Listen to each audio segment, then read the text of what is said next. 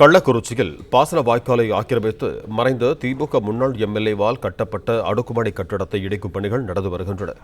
இதுகுறித்த கூடுதல் விவரங்களோடு இணைகிறார் எமது செய்தியாளர் சத்தியமூர்த்தி. வணக்கம் சத்தியமூர்த்தி, உங்களிடம் இருக்கும் தகவல்களை சொல்லுங்கள். வணக்கம்.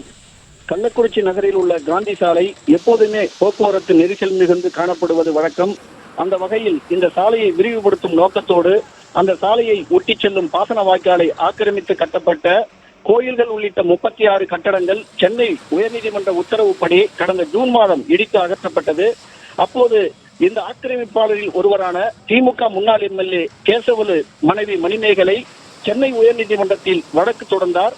அப்போது தனது 26 கடைகள் கொண்ட அடுக்குமாடி கட்டடத்தை மட்டும் இடிக்கக்கூடாது என்று தடையாணை கேட்டு அவர் அந்த வழக்கு தொடர்ந்திருந்தார். இந்த நிலையில் 9 மாதத்திற்கு பிறகு தற்போது இந்த தடையாணை உத்தரவை நீதிமன்றம் ரத்து செய்திருக்கிறது. இந்த நிலையில இந்த அடுக்குமாடி கட்டடமானது தற்போது இடித்து அகற்றப்பட்டு வருகிறது. நீதிமன்ற உத்தரவை தொடர்ந்து நேற்றைய தினமே இரவோடு இரவாக கடைகளில் இருந்த பொருட்கள் அனைத்தும் காலி செய்யப்பட்டது. அதனைத் தொடர்ந்து தற்போது அடுக்குமாடி கட்டடம் இடிக்கும் பணியானது விறுவிறுப்பாக நடைபெற்று வருகிறது. கள்ளக்குறிச்சி நகரில் பிரதான சாலையாக திகழக்கூடிய காந்தி சாலையில் போக்குவரத்து முடக்கப்பட்டிருக்கிறது.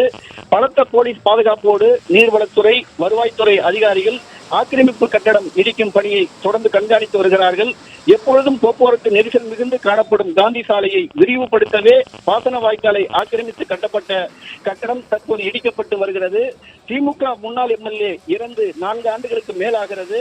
அவரது ஆக்கிரமிப்பு கட்டடத்தை இடிக்க தடையாணை கேட்டு சென்னை உயர்நீதிமன்றத்தில் வழக்கு தொடர்ந்த அவரது மனைவி மணிமேகலையும் கடந்த டிசம்பர் மாதம் உயிரிழந்தார் என்பது குறிப்பிடத்தக்கது.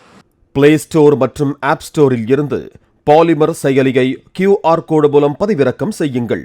செய்திகளை உடனுக்குடன் பெறுங்கள்.